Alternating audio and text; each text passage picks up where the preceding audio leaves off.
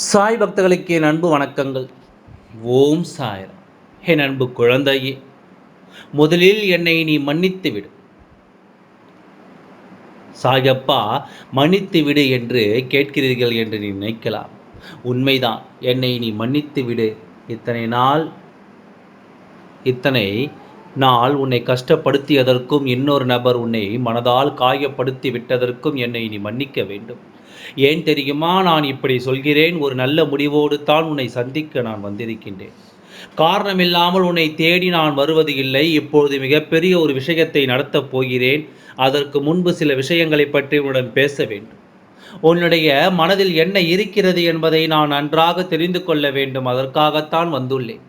உன்னை நான் கஷ்டப்படுத்தியது மட்டுமல்லாமல், உன்னுடைய கர்ம வினைகள் உன்னை கஷ்டப்படுத்தி விட்டது மட்டுமல்லாமல், ஏதோ ஒரு நபர் அவருடைய அகந்தையால் அவன் எவ்வளவோ பேசினான். அதையும் உன்னை நான் தாங்க வைத்தேன். அவனையும் நான் பேச வைத்துவிட்டு உட்கார்ந்துதான் இருந்தேன். என்னுடைய குழந்தையே, நான் பேச வைத்ததற்கு அவனுடைய வார்த்தைகள் கட்டுப்படுத்தாமல் அவன் பேசியதை உன்னுடைய காதுக்கு வந்து சேர்த்ததற்கும் தான் இந்த மன்னிப்பு. ஏன் தெரியுமா? என்னுடைய ஒரு ஆணவ பிடித்தவன் உன்னுடைய வாழ்க்கையில் உன்னை எந்த அளவுக்கு அவன் பேசினான், எந்த அளவுக்கு உன்னை அவன் காயப்படுத்தினான், அதையெல்லாம் நான் பார்த்துவிட்டு இருந்தேன் அல்லவா? அதற்கெல்லாம் காரணம் என்ன தெரியுமா? அவன் பேசட்டும். ஒரு நேரம் வரும்பொழுது உன் கண்ணுக்கு நேராக அவனை அடக்க வேண்டும் என்பதற்காக மட்டுமே தான். ஏனென்றால் ஒவ்வொருவன் நல்ல நேரத்தில் ஆடுவான். அவனுக்கு கெட்ட நேரம் வரும்பொழுது தான் அவனுக்கு என்னென்ன பிரச்சனைகளை தர வேண்டுமோ அது அனைத்தையும் நான் தருவேன். காலம் முழுவதும் உன்னை கஷ்டப்படுத்தலாம். அவனுடைய பதிவினாலும் பணத்தினாலும் உன்னை அவன் கஷ்டப்படுத்தி கொண்டே இருக்கலாம் என்று நினைத்தால், ஆனால் அவனுக்கு ஒரு நேரம் வரும். அவனுடைய விதியும் மாறும் என்பதை அவன் மறந்துவிட்டான். அவனுடைய வாழ்க்கையில் எவ்வளவோ பிரச்சனைகள் வருவதற்காக காத்திருக்கிறது. நல்ல நேரம் என்பது எப்பொழுதும் ஒரு மனிதனுக்கு சிறு வயதில் கெட்ட நேரமாகவும், வளர வளர அது நல்ல நேரமாகும் தான் மாற வேண்டும். அப்போதுதான் சிறு வயதில் எல்லோரும் யார் யார் என்பதனை தெரிந்து கொண்டு, வளர வளர எல்லோரையும் புரிந்து கொண்டு எல்லோருடைய வாழ்க்கையிலும் முன்னேற ஆரம்பிப்பார்கள். ஆனால் இந்த ஆணவத்தில் ஆடுகிறான் பாத்தியா? உனக்கு தெரிந்தவன் அவன் சிறு வயதில் இப்பொழுது வரைக்கும் நன்றாக இருந்து விட்டான். இதற்கு மேல் நான் அவனுக்கு கஷ்ட காலமே வாழ்க்கையில் எந்த நேரத்தில் சந்தோஷமாக இருக்க வேண்டுமோ அந்த நேரத்தில் தான் அவன் கஷ்டப்பட போகிறான். அவன் உன்னை மட்டுமல்ல, பல பேர் பணம் இல்லாமல் கவலையோடு இருக்கும் பல பேரை இப்படித்தான் அவனுடைய பதிவினாலும், அவனுடைய பணத்தினாலும், அவனுடைய குடும்பத்தை வைத்தும், எல்லா விஷயத்தையும் வைத்து உதாரணத்தை காட்டி காட்டி எல்லோரையுமே கேவலப்படுத்தி அவன்தான் எல்லாவற்றையிலும் பெரியவன், அவன் மட்டும்தான் தெரிந்தவன் என்று ஆடிவிட்டான். அவனுடைய ஆட்டத்தை எல்லாம் அடக்க வேண்டும் அல்லவா? அதற்காகத்தான் நான் ஒரு முடிவெடுத்து விட்டேன். இன்னும் கொஞ்ச நேரத்தில் பார், ஒரு சத்தம் கேட்கும். அதுவும் அகந்தையால் ஆடினால் பற்றியா? உன்னுடைய வாழ்க்கையில் எந்த அளவுக்கு உன்னை அழ வைத்தான். எல்லாம் தான் என்கின்ற அகந்தை என்னிடம் மட்டும்தான் இருக்கிறது. என்னிடம் இந்த விஷயம்தான் இருக்கிறது. வேறு யாராலும் எந்த விஷயத்தை சாதிக்கவே முடியாது. நான் மட்டும்தான் சாதித்தேன். நான் மட்டும்தான் இந்த உலகத்தில் சாதித்து கொண்டே இருப்பேன். எல்லோரும் அவனுடைய காலில் விழுந்து கிடக்கும் அளவுக்கு பேசினாள் அல்லவா? அவனுக்கு தண்டனை கொடுக்க வேண்டும் தானே? அவன் எந்த ஒரு விஷயத்தை வைத்து ஆடினாடோ அதையே அவனிடமிருந்து நான் பறிக்கப் போகிறேன். பணம், பதவி, அந்தஸ்து என்று ஒருவனுக்கு நான் கொடுத்தேன். ஆனால் அவன் இப்பொழுது எப்படி இருக்கின்றானோ, அதாவது பணம் இல்லாத பொழுது எப்படி இருக்கின்றானோ அது போன்று தான் பணம் இருக்கும் பொழுது எதை கொடுக்கின்றானோ அதை வைத்து வாழ வேண்டும்.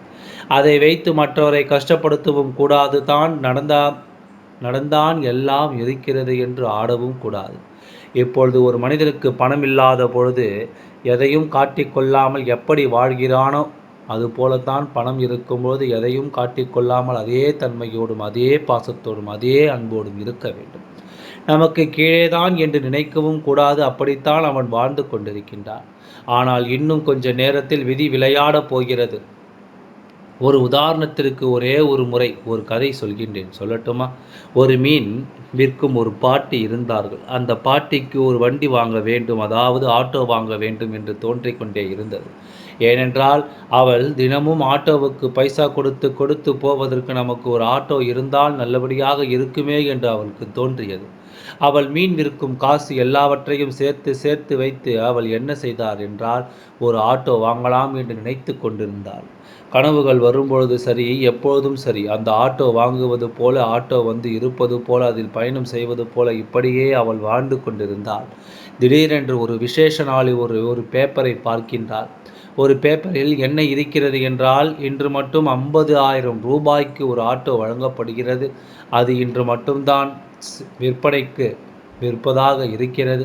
அந்த ஆட்டோவில் மீன் எங்கே ஏற்றிக்கொண்டு கோடையில் போகும்பொழுது அவள் அந்த மீன் பிடிக்கும் இடம் வந்த பிறகு அந்த கூடையை எடுக்கும்போது ஒரே ஒரு மீன் மட்டும் அந்த ஆட்டோக்குள் வந்து விழுந்து விடுகிறது. அந்த ஆட்டோவில் விழுந்தவுடன் அவள் என்ன நினைக்கிறாள் என்றால், ஆட்டோ முழுவதும் அந்த வாசனை, அந்த மாற்றம் வந்துவிடுமோ என்று அவர் நினைக்கின்றார்.